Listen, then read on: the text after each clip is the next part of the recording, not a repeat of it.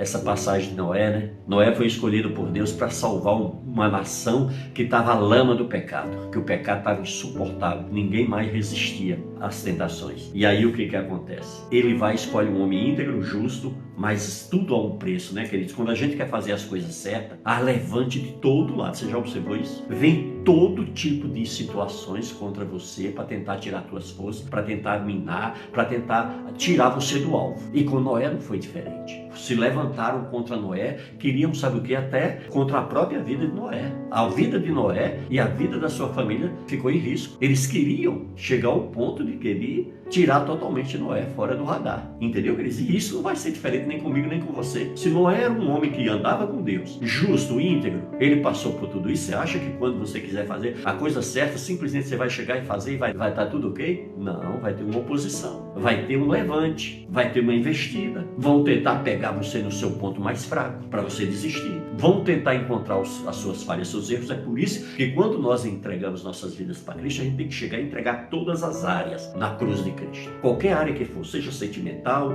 sexual, emocional, qualquer área que você tiver, seja área financeira, área material, área familiar, área da saúde, qualquer área que você tiver, você tem que entregar ela na cruz de Cristo. Por quê? Porque na hora que você quiser fazer as coisas certas, quiser andar condizente com a vontade de Deus, é muito prazeroso, querido. Não tem dinheiro nesse mundo que pague quando você anda em comunhão com Deus, quando você anda verdadeiramente sob o comando do teu Deus. É maravilhoso. Tudo que você vai fazer é prazeroso, entendeu? Então, por isso que nós precisamos sim estar melhor. Para na hora que as acusações do inimigo vier na nossa mente, a gente dizer: Satanás, realmente é verdade que eu fiz isso, que eu fiz aquilo, mas também é verdade que eu coloquei na cruz de Cristo e que eu não devo mais nada a respeito dessas tuas acusações. Por isso, o Senhor te repreenda, Satanás, em nome de Jesus. E ele vai bater em retirada. Por quê? Porque o nome de Jesus é poderoso, já o derrotou. Amém? Para ele já foi dado o veredito, para ele não tem mais jeito, mas para mim e para você tem. Enquanto houver vida, há esperança. Amém?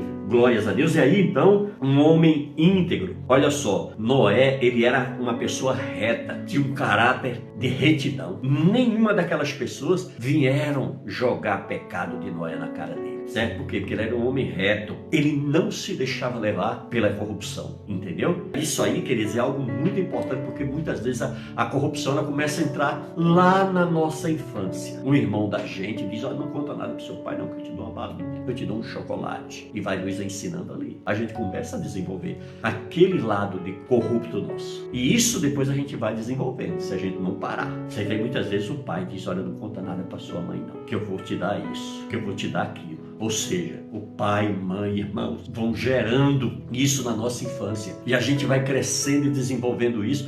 E vive o quê? Vive numa nação onde se comemora o dia da mentira. Você está vendo como que é as coisas? Então a gente vai vivendo essa mentira, esse engano. E vai desenvolvendo isso muitas vezes, sabe para quê?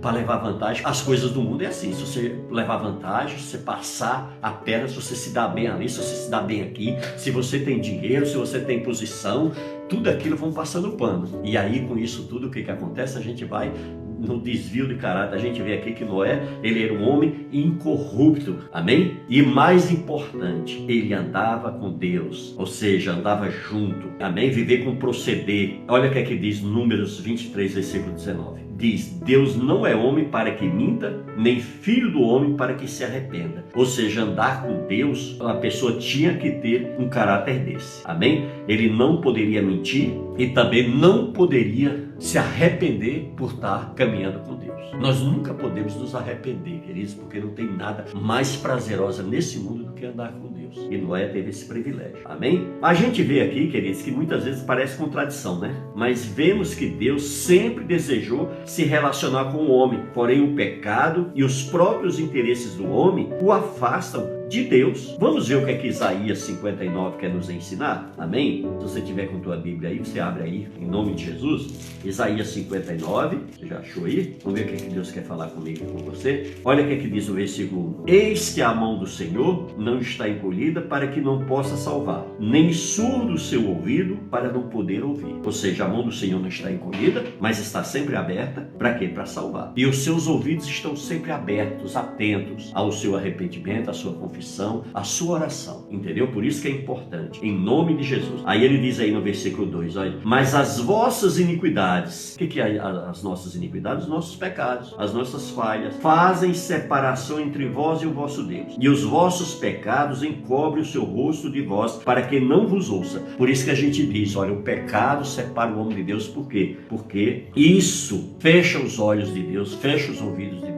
Deus abomina o pecado, ele ama o pecador, ele está sempre com a mão estendida para você, para nós, pecadores, mas ele não quer que nós ainda venhamos andar alinhado com o pecado. Ele não quer mais que a gente fique flertando o pecado. O pecado tem que ser arrancado, o pecado tem que ser renunciado. Chegando durante o dia, você teve deslizos, isso é normal, por quê? Porque a própria Bíblia diz. Vamos ver o que é que o Senhor nos ensina?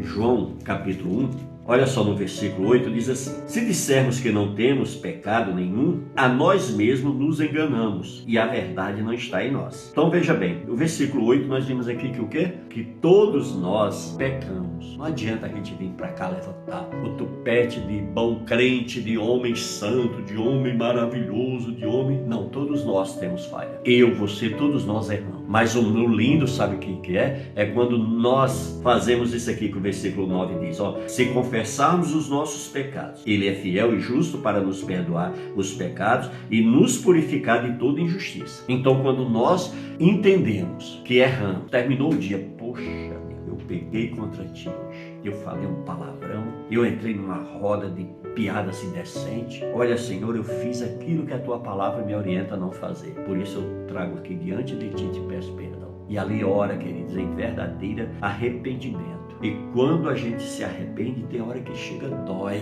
o pecado. A gente entrega ali nas mãos de Deus. E você está o quê? Você pode se levantar e dizer, agora eu estou de pé porque o meu Deus recebeu a minha oração. E quando o diabo vem a te acusar, você diz, realmente eu cometi esse erro, mas eu já entreguei na cruz de Cristo. Amém? Glórias a Deus. Então nós aprendemos o quê? E aqui diz, no versículo 10, se dissermos que não temos cometido pecado, fazemos-lo mentiroso, e a sua palavra não está em nós. Então, amados, nós temos que ter o quê? Ele diz aqui, ó, João 2, versículo 1, filhinhos meus, estas coisas vos escrevo, para que não pequeis. Se todavia alguém pecar, temos advogado junto ao Pai, Jesus Cristo, o justo. Amém? Então, nós vimos aqui que o quê? Que hoje nós temos a graça. Na época de Noé, que vivia antes da lei, ele não teve esse privilégio. Então, ele andava com Deus. Então, a opção de todas as pessoas daquele tempo era o quê? Era andar com Deus. Assim como Noé se comportava, todos deveriam se comportar. Amém? E aqui, amados,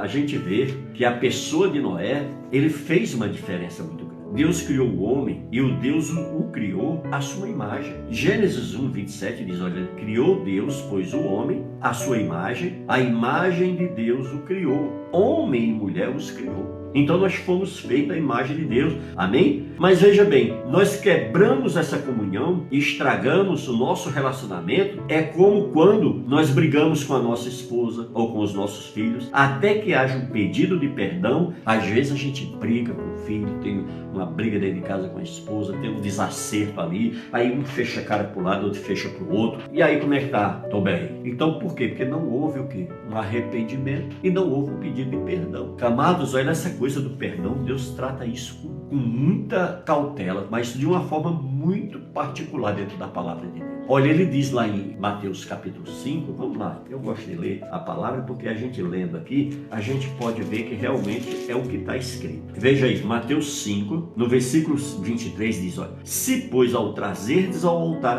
a tua oferta, ali te lembrares de que teu irmão tem alguma coisa contra ti, aí o versículo 24 diz, ó, deixa perante o altar a tua oferta, vai primeiro, reconcilia-te com teu irmão e então voltando faz a tua oferta. Então veja bem, quando nós não perdoamos verdadeiramente, nem as nossas ofertas, a oração, o louvor, a oferta financeira ou qualquer outra oferta que você ofertar a Deus, não vai ser recebida. O Senhor diz, deixa lá perante o altar a tua oferta, vai primeiro lá resolver o teu problema, depois você vem e oferta. Para você ver o quanto Deus leva a sério essa coisa do perdão. Amados, tem pessoas que estão com a vida espiritual amarrada porque carregam mágoa, rancor, ódio. Tem pessoas, sabe, que estão com o ministério parado porque não flui, porque ele ele carrega rancor, ódio de alguém e ele ainda não liberou o perdão. Olha, eu quero te dar um conselho aqui em nome de Jesus, de uma pessoa que passou por uma situação dessa. Eu tive um problema com meu sogro e enquanto eu não me resolvi, enquanto eu não me conscientizei, enquanto eu não me arrependi, enquanto eu não procurei, e olha que não fui eu que causei a ofensa, não fui eu que causei o problema, eu era uma vítima desse problema, mas enquanto eu não resolvi essa questão no meu coração, na minha vida, eu não tinha paz. E então, queridos, quando eu o procurei, eu resolvi essa situação, sabe o que acontece? A nossa amizade ficou muito mais forte do que era antes. Por quê? Porque houve o arrependimento genuíno de coração e houve o pedido de perdão real e verdadeiro, entendeu? Então, isso me deu uma nova alegria, um novo prazer nas amizades, nos relacionamentos.